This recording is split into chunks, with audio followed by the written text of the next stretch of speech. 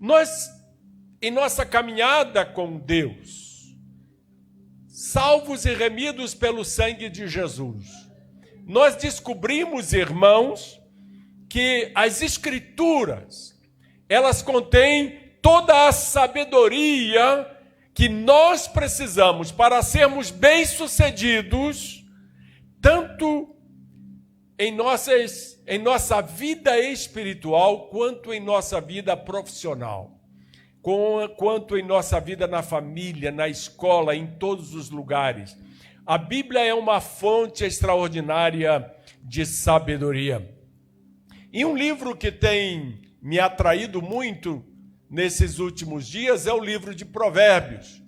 Eu tenho lido o livro de Provérbios nesses últimos dias e hoje pela manhã mesmo estava até comentando com os alunos na classe da escola dominical que eu estava cedo antes de vir para a escola dominical lendo o capítulo 17 de Provérbios e ao invés de passar por 18 eu li de novo 17 e só não li a terceira vez que já estava na hora de vir para a igreja, porque é realmente um livro maravilhoso. E dias atrás estava lendo o capítulo 10. O livro de Provérbios, irmãos, tem 31 capítulos. Isso significa que você pode ler todo dia um capítulo de Provérbios. Tem crente que faz isso todos os meses. Lê os 31 capítulos todos os meses. Você pode ler um capítulo por dia e quando o mês tem menos de 31 dias, em um dos dias você vai ler 2 capítulos. Não vai ser cansativo e é uma sabedoria extraordinária. E quando eu estava lendo o capítulo 10, eu percebi que este capítulo é todo dedicado a nos orientar a respeito do cuidado que devemos ter com aquilo que falamos. O cuidado que temos que ter com as nossas palavras. Tenha cuidado com o que fala. É uma advertência presente no capítulo 10 de Provérbios. Ele é uma fonte dessa sabedoria que vem das Escrituras Sagradas. Provérbios aborda uma variedade de assuntos que são muito relevantes para os dias de hoje. Mas eu queria rapidamente, nesta oportunidade que o pastor Davi me concedeu, de falar com vocês, a respeito de uma área de nossas vidas que pode causar muita aflição se não formos cuidadosos. É o nosso modo de falar. Cuidado com o que fala. E nos dias de hoje, isso se torna mais necessário ainda. Esse cuidado se torna mais necessário ainda, porque nós vivemos um tempo onde as pessoas estão raivosas, as pessoas têm bronca dos outros. Se eles criam um grupo no WhatsApp, você tem que ter um cuidado enorme, porque se você não falar o que eles querem ler, se você não escrever o que eles querem ler, eles começam a te xingar e querem te afastar do grupo. Você não pode pensar diferente, é um mundo complicado, esse mundo de hoje.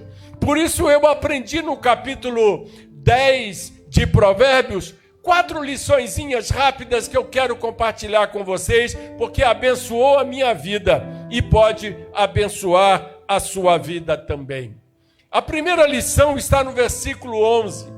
O versículo 11 de Provérbios 10 diz assim: as palavras dos bons são uma fonte de vida, mas as palavras dos maus escondem a sua violência.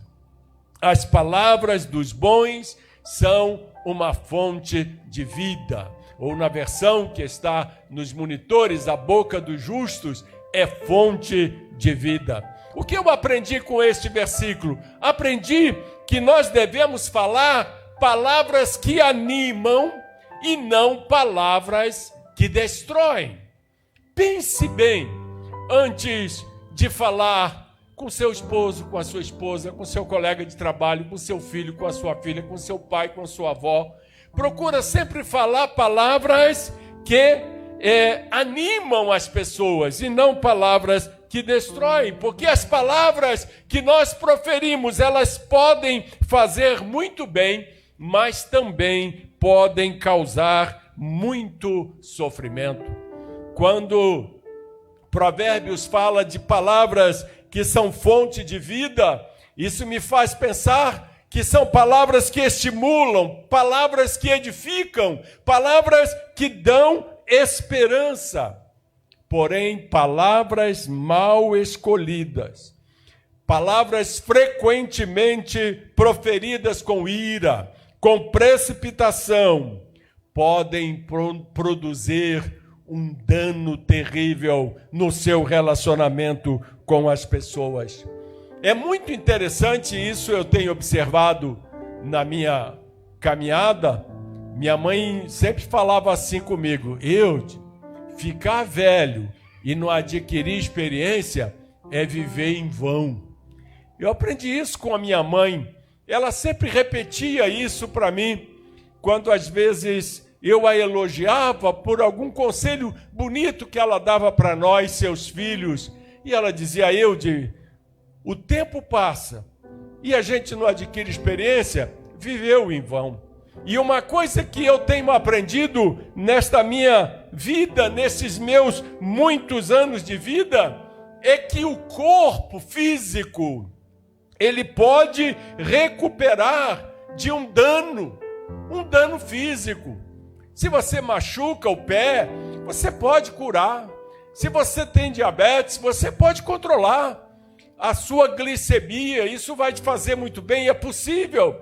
Perfeito? Se você tem alguns desajustes no coração, maneira no sal, diminui a quantidade de sal, toma aí um remedinho todos os dias e a tua pressão vai ficar normalizada. Ou seja, um problema físico em nosso corpo pode ser controlado, mas as palavras destrutivas, irmãos, ficam vivas na memória a vida inteira. Você nem sempre lembra das coisas boas que falaram para você, mas aquelas palavras que te ofenderam, aquelas palavras que te machucaram, você passa a vida toda lembrando delas. Portanto, lembre do que Provérbios ensina aqui e fale palavras que animam e não palavras que destroem. A segunda lição sobre este tema que eu aprendi aqui em Provérbios 10 está no versículo 19. E o versículo 19 diz assim: quanto mais você fala, mais perto está de pecar. Se você é sábio, controle sua língua. Vamos ler na versão que vocês estão acompanhando aí nos monitores. Na multidão de palavras não falta pecado, mas o que modera os seus lábios é sábio. O que isto nos ensina? Ensina que nós devemos escolher as nossas palavras não só com cuidado, mas também com economia. Procure falar menos. Às vezes, o muito falar trazem problemas enormes para a nossa vida. Algumas pessoas parecem apreciar o som da sua própria voz e mais cedo ou mais tarde acabam por enfrentar problemas devido à abundância de palavras. A pessoa sábia pensa antes de falar e algumas vezes decide que a coisa mais sábia a fazer é não falar nada, é ficar calado. Perfeito? Então leve esta lição de Provérbios 10, versículo 19, no seu coração, leve para sua casa hoje. Escolha suas palavras cuidadosamente e economicamente. Mas uma terceira lição que eu extraí para a minha vida lendo Provérbios, capítulo 10, está nos versículos 20 e 21. E a lição que eu aprendi aqui nesses dois textos é que as minhas palavras podem enriquecer a vida daqueles que me ouvem. Na versão que eu estou lendo aqui, que é a Nova Versão Internacional, diz assim: as palavras dos bons são como a prata pura. As palavras dos bons fazem bem a muita gente. Se nós falarmos palavras que honram a Deus, palavras que respondem à pergunta o que Jesus diria, nós vamos então abençoar muitas vidas. Nós vamos reanimar muitas pessoas. Portanto, fale palavras que podem enriquecer a vida dos seus ouvintes. Se você não tem uma boa palavra, evite falar. Dê um sorriso, dê um abraço, mas não fale para ofender, não fale para machucar, porque Deus te chamou para edificar e não para destruir. E por último, uma última reflexão que eu deixo com os irmãos e as irmãs esta noite, está no versículo 32. Os homens direitos sabem dizer coisas agradáveis, ou os lábios do justo sabem o que é próprio, porém os maus estão sempre ofendendo os outros. Em algumas ocasiões, meus queridos, palavras de repreensão e correção se fazem necessárias. Tem horas que nós precisamos dar um conselho que seja corretivo, que ajude a pessoa a consertar o que ele está fazendo de errado. Isto é necessário. Mas, às vezes, as melhores palavras que nós podemos usar são palavras de encorajamento, palavras de afirmação, são palavras necessárias. Jessi costuma dizer para mim que ela desconfia muito quando eu elogio o almoço. O que você está achando aí do almoço? Ah, digo, está uma delícia, está maravilhoso, está muito bom. E ela fala assim, mas você sempre diz que está bom. Você sempre diz que está bom. E eu digo para ela assim, pode ficar tranquila, que o dia que eu não achar que está bom, eu fico quieto. Mas eu não digo que está ruim, não é? Mas realmente Jessi é uma masterchef, não é? Cozinha maravilhosamente bem. Durante a pandemia ficamos dentro de casa presos, sem sair de casa para nada. E vocês sabiam que Jessi, durante 8 meses, todos os dias, ela preparou um almoço diferente, um prato diferente para cada dia. Olha, eu fiz questão de contar isso para todos os filhos, para as noras, para os netos, e eles ficaram curiosos, querendo ir lá em casa experimentar. Eu falei, não pode, não entra ninguém aqui, não é? Só eu, é tudo para mim, não é verdade? Mas eu fiquei admirado como ela conseguiu fazer isso, e até hoje ela está sempre inovando, sempre fazendo uma coisa diferente, e eu acho que ela fica feliz de saber que eu reconheço isso, não é verdade? Palavras que são apropriadas para as necessidades do momento. Nós devemos pedir sempre sabedoria a Deus para que a nossa palavra sempre traga edificação para a nossa vida. Eu me lembro que a minha mãe, quando ela estava na semana da sua morte, ela faleceu naquela semana.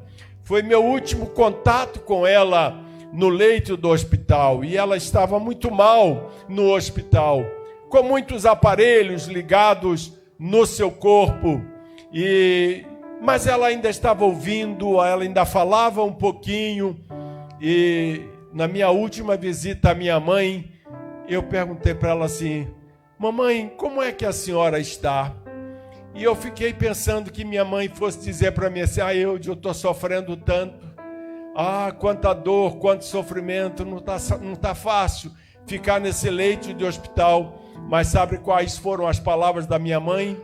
Ela, com todos aqueles aparelhos, bem baixinho, ela falou no meu ouvido, Eude, vai tudo bem.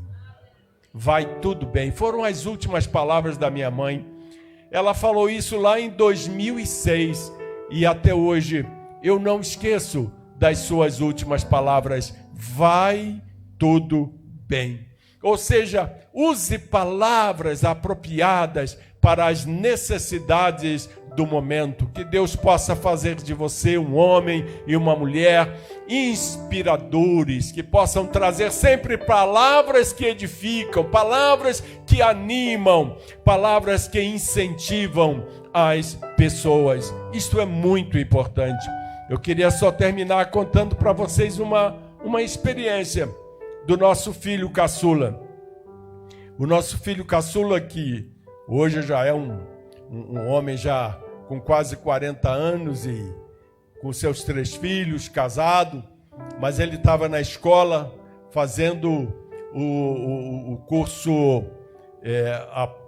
médio, não é, que poderia levá-lo para a faculdade quando concluísse esse curso, e ele ia muito mal, muito mal. E Gessi já estava com vergonha de ir na escola, na reunião com os professores, e ela disse assim: Eude, dá para você ir no meu lugar para essa reunião com os professores? E lá fui eu para a escola, levando o Ellison comigo. E quando chegou lá, em cada professor com quem a gente sentava para conversar, o professor reclamava do Ellison.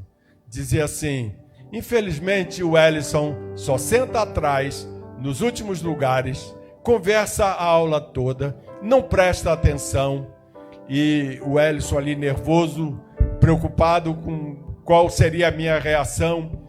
E eu chegava para cada um daqueles professores e dizia assim: olha, vocês não imaginam como o Ellison é um bom menino. Ellison é um filho maravilhoso. Você sabia, professor, que lá no prédio onde nós moramos, os meninos da faixa de idade dele fumam maconha na escadaria do prédio? Eles sentam na escada dos andares e fumam maconha ali. O senhor sabia que o Ellison nunca se sentou com essas crianças, com esses coleguinhas? Ele nunca se misturou com isso. Ele é um menino tão bom, ele é obediente. Enfim, elogiei meu filho e fomos para outro professor. E eu repeti a mesma coisa e disse para os professores: pode ficar tranquilo, que daqui para frente ele vai sentar na frente e ele vai ser um aluno atencioso, ele não vai conversar, não vai brincar nas aulas, pode ficar tranquilo. E os professores me olhavam assim, porque não estavam acostumados com aquilo. Vocês sabem o que aconteceu? O Ellison não só melhorou as suas notas, o seu desempenho na escola, como ele foi para a faculdade sem estudar no vestibular. Ele não fez curso de vestibular. Ele saiu direto da escola e passou na PUC em 17º lugar. Em 17º lugar, em mais de 200 alunos que foram classificados naquela prova da PUC. E ele se formou em engenharia da computação e ainda na faculdade uma empresa foi lá e o contratou. E ele disse: eu não posso trabalhar porque eu estudo durante o dia. E o empresário falou para ele: o reitor da faculdade disse que você é muito bom. Eu vou te pagar um salário só para você garantir que quando se formar, você vai trabalhar comigo. E ele está até hoje nesta empresa, há mais de 15 anos. Por quê? Porque lá atrás ele teve um pai que disse palavras que o defendiam, que cuidava dele, que zelava por ele, que soube usar as palavras certas na hora certa. Que Deus possa também fazer de cada um de nós que estamos aqui nesta noite pessoas especiais. Afinal de contas, somos especiais, porque quem tem Jesus no coração é especial. E nós temos Jesus no nosso coração. Que Deus possa abençoar rica e maravilhosamente a sua vida com essas palavras. E quando chegar em casa, dá uma lidinha no capítulo inteiro de Provérbios, capítulo 10. Que Deus abençoe a todos, em nome de Jesus. Amém.